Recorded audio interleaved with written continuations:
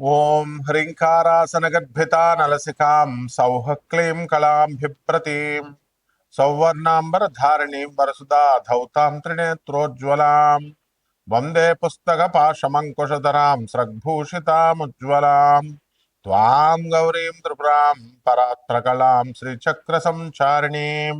ఓం శ్రీ బెజవాడ కనకదుర్గాదేవ్యై నమః. శ్రీ దుర్గామల్లీశ్వరాభ్యాం నమః. మనకి ఈ ఈ నెలలో ఆగస్టు 2026 సంవత్సరంలో మనకి ఈ 2వ తేదీ దాటిన తర్వాత శుక్రుడు మరి కన్యా రాశిలోకి వస్తున్నాడు. దానివల్ల ఏమవుతుంది అని అంటే, ఎవరికైతే భార్యాభర్తల మధ్య చిన్న చిన్న ఫైట్స్ అవుతున్నాయి, పెద్దగా అయిపోతాయి అన్నమాట. అలాగే ప్రేమ వ్యవహారాలు ఇవన్నీ కూడా కొంచెం ఫెయిల్ అవడానికి అవకాశాలు ఉంటాయి. అసలు ముందు దీంతో పాటు ఇంకా ఏం జరుగుతోందండి ఇప్పుడు అంటే, శని మీనరాశిలో వక్రిస్తున్నాడు. 138 రోజులు ఉంటాడు. ఇది పెద్ద మేజర్ కాస్మిక్ షిఫ్ట్ అనమాట. అలాగే నక్షత్రాల మూమెంట్ను కనుక మనం చూసుకున్నట్లయితే, ఈ యొక్క శని ఏం చేస్తాడంటే, బుధుడి యొక్క నక్షత్రం రేవతి నక్షత్రంలో ఉండి, ఆ తర్వాత మళ్ళీ తన సొంత స్టార్ అయినటువంటి సొంత నక్షత్రమైనటువంటి ఉత్తరాభాద్రానికి బ్యాక్వర్డ్గా ఆయన అక్టోబర్ 10వ తేదీన వెనక్కి వచ్చేస్తాడనమాట. అలాగే మనం చూసామండి, శుక్రుడు ఈ యొక్క సెకండ్ ప్లానెట్ అనమాట. సన్ నుంచి కనుక మనం చూసినట్లయితే, అండ్ భూమికి వచ్చేసరికి చాలా క్లోజ్గా ఉంటుంది. క్లోజ్ నైబర్, మన పక్కింటి వాళ్ళలాగా అనమాట. క్లోజెస్ట్ ప్లానెటరీ నైబర్ అనమాట. అందువల్లనే దీన్ని ఏమంటామంటే కవల బెల్ల అంటారు. భూమిలాగే ఉంటుంది కాబట్టి ఈ శుక్రుడిని కూడా. మరి ఎందువలనంటే ఒకే రకమైనటువంటి సేమ్ సైజు కాదు, ఒకేలాగా ఉంటుంది సైజులోను, తర్వాత సాంద్రతలోను, డెన్సిటీలోను. మరి ఇదేంటంటే రాడికల్లీ డిఫరెంట్ అనమాట అండర్ ఇట్స్ సర్ఫేస్. అందువలన ఈ క్రషింగ్ చేసే, నొక్కి పడేసి క్రష్ చేసేసే అట్మాస్ఫియర్ ఉంటుంది అక్కడ. మనం వెళ్తే తప్పడైపోతాం, పచ్చడి నొక్కేస్తుంది మన ఫేస్. ఇలా దగ్గరకు నొక్కేస్తే, కుదించేస్తే ఎలా ఉంటుంది అట్లా. అండ్ అక్కడ స్కార్చింగ్ టెంపరేచర్స్ ఉంటాయి, భలే భయంకరమైన టెంపరేచర్స్ ఉంటాయి అనమాట. మనం మాడిపోతాం మనం. అంటే ఇంకేం ఉండదు, లడ్డే కరిగిపోద్ది, మనం ఉండవు అనమాట. ఇంకెళ్ళిపోయి పేస్ట్ ఉడకబెట్టేసి రసం అయిపోతాం, చూసారా? అలా రసం అయిపోతాం అనమాట. మనందరం తాగుతూ ఉంటాం ఈ యొక్క సూపులని, అలాగైపోతాం. జ్యూసులు, సూపుల కింద. తర్వాత అండ్ హాటెస్ట్ ప్లానెట్ మొత్తం మన సోలార్ సిస్టంలో, సౌర కుటుంబంలో అందరికంటే కూడా వేడి ఎక్కువ ఉంటుంది. అందువల్ల శుక్ర వృషభ రాశి, తులారాశిలో పుట్టినటువంటి వాళ్ళందరూ కూడా మనకి వేడి శరీరం ఉంటుంది. వాళ్ళకి గ్యారంటీగా పైల్స్ కానీ హెర్నియా కానీ ఉంటాయన్నమాట. ఈ యొక్క లగ్నాల్లో కానీ, నక్షత్రాల్లో కానీ, రాసుల్లో కానీ పుట్టిన వాళ్ళకి. అదేవిధంగా ఈ యొక్క కాంప్రహెన్సివ్ బ్రేక్ డౌన్ ఉంటుందన్నమాట వీనస్. ఎందువల్లంటే దాని యొక్క సైంటిఫిక్ ప్రొఫైల్ చూద్దాము, ఆస్ట్రానమికల్ అబ్జర్వేషన్ చూద్దాము, అలాగే ఆస్ట్రాలజికల్గా దానికి ఉన్నటువంటి సిగ్నిఫికెన్స్ని మనం చూద్దాం. మొట్టమొదటిగా ఫిజికల్ క్యారెక్టరిస్టిక్స్ని కనుక మనం చూసి, అక్కడ ఉన్నటువంటి ఎన్విరాన్మెంట్, వాతావరణాన్ని కనుక మనం చూసినట్లయితే, మనకి అట్మాస్ఫియర్ ఎలా ఉంటుందంటే, అక్కడ వాతావరణము థిక్గా ఉంటుంది, దళసరిగా. మన తర్వాత టాక్సిక్ క్లౌడ్స్ ఉంటాయి అక్కడ బ్రహ్మాండంగా. విషపూరితమైనటువంటి, అంటే కలుషితమైనటువంటి క్లౌడ్స్, మేఘాలు. మనలాగా తెల్లగా మంచి తెల్ల నీళ్ళు వచ్చేలాగా ఉండవు అక్కడ.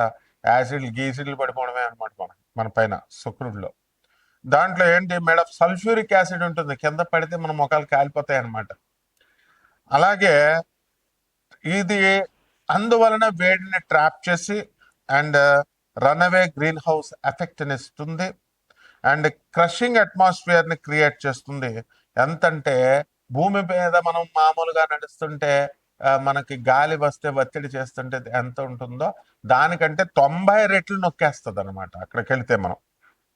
అలాగే దాని మీద ఉన్నటువంటి సర్ఫేస్ టెంపరేచర్ని కనుక మనం చూసినట్లయితే, మనకి ఆ 465 డిగ్రీల సెంటిగ్రేడ్ ఉంటుంది. మనం ఇక్కడ 40 డిగ్రీలు వచ్చేసరికి అబ్బా ఉష్ అన్ని ఏసీ కావాలా అని ఫ్యాన్లు వేసేసుకుంటాం. 40 వచ్చేసరికి మా రాజమండ్రి వచ్చేయండి, మీకు శుభ్రంగా ఇలా కారిపోతా ఉంటాయి అనమాట చెమటలు. మేము రైల్వే కోర్స్ లో చదువుకుంటున్నప్పుడు షర్ట్లు గిట్లు ఉండవు, కారిపోవడమే అంతే. ఇప్పుడు మరి అంత టెంపరేచర్ ఉంటుంది. మరి గోదావరి పక్కనే, మా ఇంటి పక్కనే, మా ఇంటి వెనకాల, అయినా సరే కారిపోతా ఉండేది. మరి అలాంటిది 900 డిగ్రీల ఫారెన్ హీట్ లేదా 465 డిగ్రీల సెంటిగ్రేడ్ వేడి ఉంటుంది. ఇది లెడ్ లెడ్ను కూడా మెల్ట్ చేసేస్తుంది, కరిగిచ్చేస్తుంది అనమాట, అంత టెంపరేచర్ ఉంటుంది. అలాగే ఎక్స్ట్రీమ్ టోపోగ్రఫీ కనుక చూసినట్లయితే ఇది డెజలేట్ ల్యాండ్స్కేప్, అంటే ఐసోలేటెడ్ గా ఉంటుంది. అది ఒక ఒక షేప్ ఉండదు దీనికి, షార్ప్ రాక్స్ ఉంటాయి, మంచి సూదుగా రాళ్ళను పడితే గుచ్చుపడమే లోనకి. అలాగే వ్యాస్ట్ ప్లెయిన్స్ ఉంటాయి, మనకిలాగే భూముల్లాగా పెద్ద పెద్ద పంట లోయలు ఉంటాయి చక్కగా. And thousands of active volcanoes ఉంటాయి, ఎప్పటికప్పుడు పేలుతా ఉంటాయి. మొన్న వైజాగ్ లో పేలింది, సముద్రంలో చూసారు వాల్కనోస్, అగ్ని పర్వతాలు పేలుతా ఉంటాయి, పక్కన మనం చూడొచ్చు ఎంచక్క. మరి అక్కడికే మనం 2028లో మన ఇస్రో శుక్రయానికి వెళ్తున్నాం. అప్పుడు మన అందరం కూడా వెళ్ళొచ్చు. అప్పుడు అమెరికా, లండన్ ఎలా వెళ్తున్నామో ఆ విధంగా త్వరలో 2028 నుంచి వాళ్ళు వెళ్ళొచ్చిన తర్వాత మన శుక్రయాన్ ప్రయాణం ఇంకా అంతా ఢిల్లీ, బాంబే, అమెరికా, ఈ లండన్, ఈ ప్రయాణాలు ఉండవు. వంగా బాబా గారు చెప్పినట్టుగా బల్గేరియన్ జ్యోతిష్కరాలు, అలాగే పోతులూరు వీరబ్రహ్మేంద్ర స్వాములు వారు చెప్పినట్టు, నాస్ట్రాడామస్ ఫ్రాన్స్ కి చెందినటువంటి జ్యోతిష్కులు చెప్పినట్టు ఆ ఆ యొక్క గ్రహాలకు మనం వెళ్ళిపోతా ఉంటాం. చంద్రుడి మీదకి వెళ్ళిపోవడమే అమెరికా వెళ్తున్నట్టు. అలాగే కుజుడి మీదకి మంగళయా అని వెళ్ళొచ్చేసాం, ఇప్పుడు శుక్రయా అని వెళ్ళిపోతున్నాం. అంతే, ఇక ప్రయాణాలే ప్రయాణాలు. తర్వాత దీని ఆర్బిటాల్ మెకానిక్స్ ని, రొటేషన్ ని కనుక మనం చూసుకున్నట్లయితే వీనస్ ఏం చేస్తుందంటే దాని యాక్సిస్ మీద అది తిరుగుతూ బ్యాక్వర్డ్ లో తిరుగుతుంది. అంటే మోస్ట్ అదర్ ప్లానెట్ లా కాకుండా ఇది backward, Venus spins backward on its axis, వెనక్కి తిరుగుతుంది ఇది.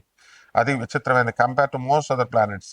అంటే ఈ sun rises in the west వాళ్ళకి, శుక్రుడి మీద ఉన్న వాళ్ళకి వెస్ట్ లో సూర్యుడు, వెస్ట్ లో ఆ పుడతాడు. అలాగే sun sets in the east అనమాట వాళ్ళకి, శుక్రుడికి. అలాగే స్లోయెస్ట్ స్పిన్ ఎంత ఉంటుందంటే 243, భూమి మీద ఉన్నటువంటి రోజుల్లో 243 కనుక పట్టినట్లయితే అది స్లోయెస్ట్ అనమాట. ఒక సంవత్సరం ఒకసారి దాని చుట్టూ అది తిరిగినట్టు, making a single Venusian day. Venus day, Venusian day అంటాం. Longer than its entire orbital year of 235 earth days. 225 days general గా, దానికంటే కూడా లాంగర్ గా 243 డేస్ పడుద్ది రొటేట్ ఒక్కసారి సూర్యుని చుట్టూ తిరగడానికి. అలాగే ఆస్ట్రానమికల్ అబ్జర్వేషన్ కనుక చూస్తే చాలా బ్రైటెస్ట్ గా ఉంటుంది. ఇది బ్రైటెస్ట్ ఆబ్జెక్ట్, దగదగా మెరుస్తా ఉంటది అనమాట. సో మూన్ కనుక తీసేస్తే బ్రహ్మాండంగా కనపడుతుంది కదా భూమి, మన చంద్రుడు సూర్యుడులాగా మంచి కాంతివంతంగా. దాన్ని తీసేస్తే మళ్ళీ ఆ తర్వాత నవగ్రహాల్లో ఎవర్ర గ్రహాల్లో ఉన్నది అని అంటే వీనస్సే బ్రైటెస్ట్ న్యాచురల్ ఆబ్జెక్ట్ అనమాట ఎర్త్స్ నైట్ స్కైలో కనుక మనం చూసినట్లయితే. బికాస్ దాని డెన్స్ క్లౌడ్ ను బట్టి అలా ఉంటుంది. అలాగే cover reflect 70% of the sunlight ని తీసేసుకొని మనకు రిఫ్లెక్ట్ చేస్తుంది అది. అలాగే మార్నింగ్ అండ్ ఈవినింగ్ స్టార్ గా దాన్ని చెప్పుకుంటాం.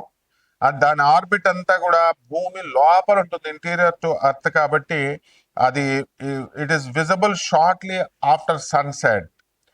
వెస్ట్ లోకి వెళ్ళి సన్సెట్ తర్వాత చూసుకోవచ్చు. అలాగే shortly before sunrise east లో మనం చూసుకోవచ్చు.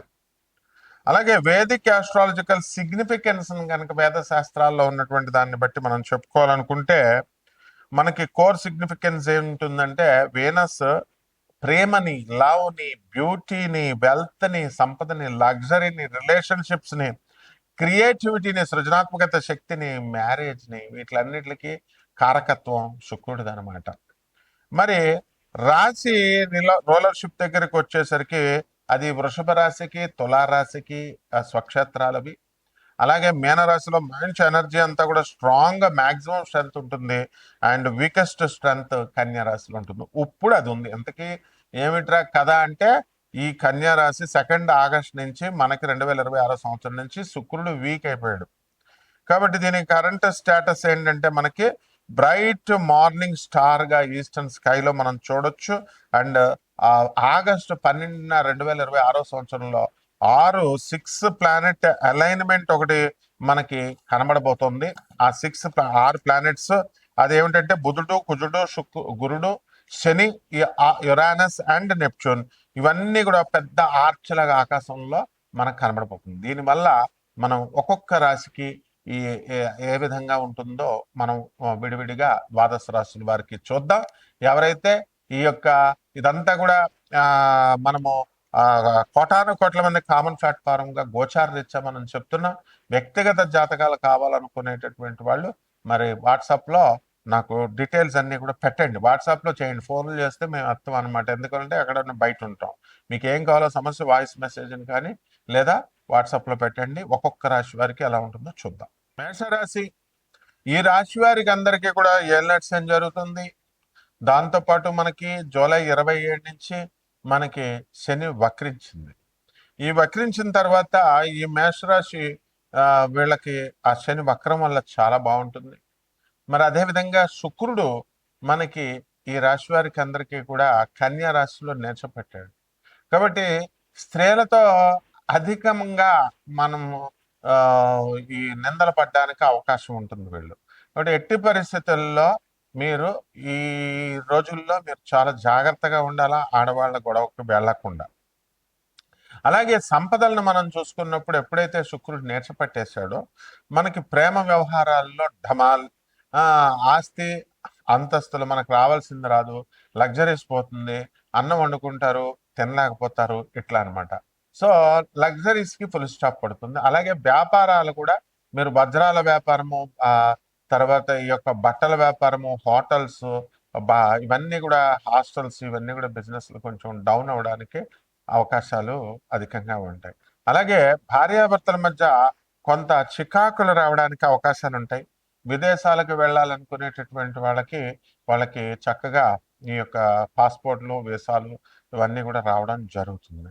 ఆ విధంగా ఎవరికైతే అక్రమ సంబంధాలు ఉన్నాయో మగవాళ్ళకి కొంతమందికి, మరి అటువంటి వాళ్ళు దొరికిపోవడానికి, భార్యకు దొరికిపోవడానికి అవకాశాలు ఉంటాయి. సంఘంలో మీ యొక్క పరపతి నష్టపోవడానికి అవకాశం ఉంటుంది. కాబట్టి ఈ రాశి వారికి అందరికీ కూడా మనకి ఇన్ఫ్లుయెన్జా అనేటటువంటి ఫ్లూ వ్యాధి రావడానికి అవకాశం ఉంది. ఇది వైరల్ రెస్పిరేటరీ ఇన్ఫెక్షన్ అనమాట. అందువలన ఈ యొక్క మనకి జ్వరము, తర్వాత కఫ్, బాడీ పెయిన్స్, ఇలాంటివన్నీ కూడా వ్యాధులు రావడానికి అవకాశాలు ఉంటాయి. అలాగే బంగారాన్ని కొనుగోలు చేస్తారు. షేర్స్, స్టాక్లు, వీటి బిజినెస్లో వీళ్ళంతా కూడా చేసుకుంటారు. మరి పరిహారాల దగ్గరికి వచ్చేసరికి చక్కగా దుర్గాదేవికి, బెజవాడ కనక దుర్గాదేవికి చక్కగా నిమ్మకాయల డెప్పలో మీరు హారతి ఇవన్నీ కూడా దీపారాధన చేసి అమ్మవారికి పులిహార నివేదన చేసి, లేదా మీరు చక్కగా ఏమి చేయలేనంటే జామ పండు నివేదన చేసి చక్కగా మీరు అమ్మవారికి నివేదన చేయొచ్చు. అంతేకాకుండా రావి చెట్టుని ఇంట్లో పెంచుకోవాలి. మీరు పెంచుకున్న తర్వాత తులసి చెట్టుని పెంచుకున్నట్టుగా రావి చెట్టుని కుండీలో వేసుకొని పెంచుకోవాలా. పెద్ద చెట్టు అవుతున్న తర్వాత చూసుకోవచ్చు. ముందైతే ప్రదక్షిణాలు చేసుకుంటూ ఆ చెట్టుకి, ఆ తర్వాత బయట పెద్దగా వేద్దరు. కానీ ఈ రకంగా చేసినప్పుడు మీకు ఈ యొక్క రాశి వారికి అందరికీ కూడా ఉన్నటువంటి కష్టాలన్నీ కూడా పోతాయి. అలాగే మనము ఈ ఈ గుడికి, ఈ మేషరాశి వాళ్ళంతా కూడా మనకి తిరుత్తని అనే ఒక ఊరు ఉంటుంది, పళని సుబ్రహ్మణ్యేశ్వర స్వామి లాగా.